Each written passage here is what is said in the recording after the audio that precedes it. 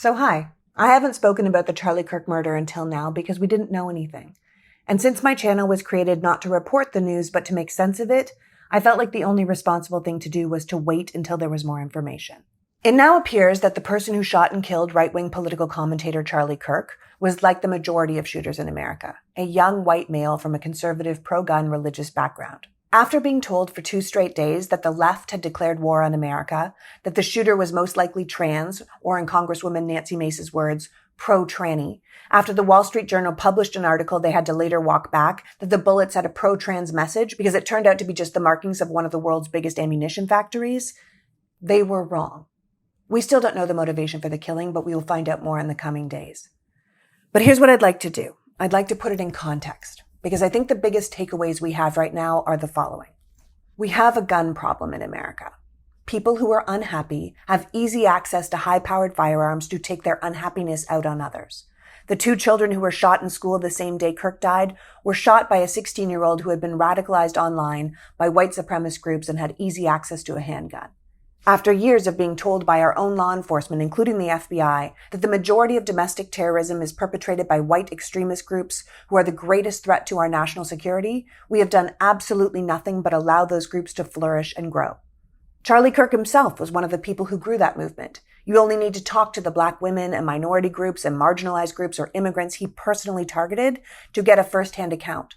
Or look back on any of his speeches or comments or debates to see that white Christian misogynistic narrative that he was preaching.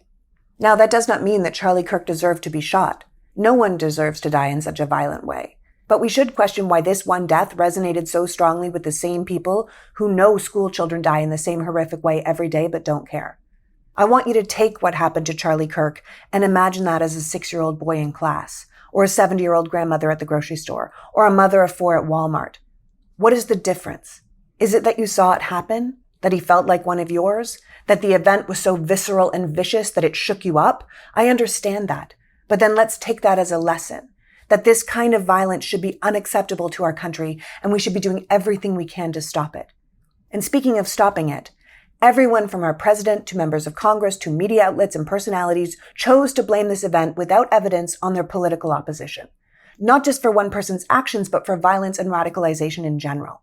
It should feel ludicrous to blame one half of the country for a single person's actions. Not only that, but to demonize the political party who has done everything they can for decades to limit gun violence. The party who begged you to care about your fellow Americans being slaughtered at the movies or in churches or concerts or schools, but were met with nothing but thoughts and prayers and AR-15 lapel pins. How is it possible that the party of common sense gun legislation and the Office of Gun Violence Prevention could be the party being blamed for someone getting shot? And if we're talking about political violence, then we need to remind people that historically, it is the left who are the targets of political violence. It is the people who seek equality and change and justice and fairness who are most often assassinated. Everyone from Lincoln to JFK, RFK, MLK, Malcolm X. Gabby Gifford was shot in the head on stage. Minnesota Representative Melissa Hortman was executed with her husband and dog in their home this summer. And she was only one of 70 people on a list of Democratic lawmakers targeted for death. So I refuse to sit here while the Democrats and left are painted as the party of war.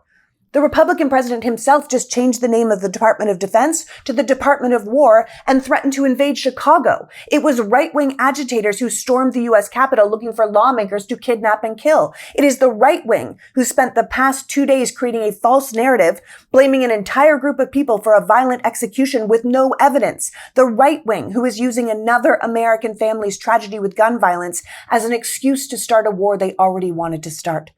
So unlike everyone on the right who tried to capitalize on Kirk's death to spin some narrative to their own benefit, and everyone on the left who felt the need to lionize a man for free speech who did more damage with that speech in his lifetime than most people could ever dream of, I'm just going to stick with the facts.